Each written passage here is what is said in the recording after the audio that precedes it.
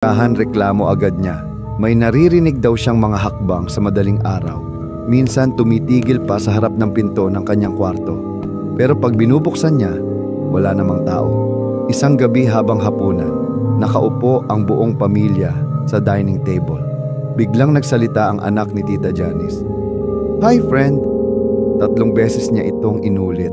Habang nakaturo sa malaking bintana sa tabi nila, nagtayuan ang balahibo ng lahat. Agad na isinara ang kurtina at walang gustong tumingin sa labas. Ako mismo, na nagsusulat ng kwentong ito at pamangkin ni Tita Janice, ay nakaranas din.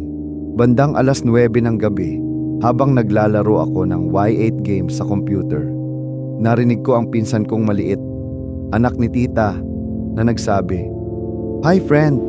Gusto niyang pumasok. Nang marinig ko iyon, nanigas ako sa takot. Agad kong nilak ang lahat ng pintuan. Pakiramdam ko ay may malamig na presensya sa paligid. Nang dumating sila Tita Janice na, andita na halos mamatay ako sa kaba.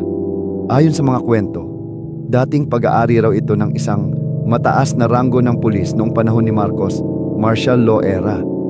Sinasabing nagdadala raw ito ng mga call girls, ginagamit at pinapatay. Sa bakuran daw ng bahay niya, ito mismo nililibing. Naalala ni Tita Janice, may isang parte ng sahig malapit sa dining table na tila semento lang na tinakpan. Parang may ibinaon sa ilalim. Sa likod bahay naman, may malaking hukay sa isang sulok na ginawa na lang nilang basurahan. Pero ang lalim nito, parang may nilibing talaga.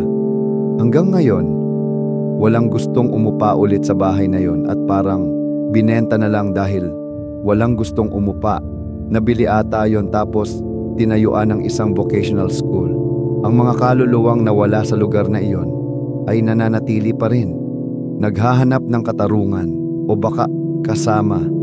Kaya kung balak mong dumaan sa Aurora Street, Digos City, lalo na sa gabi, huwag kang titingin sa bintana.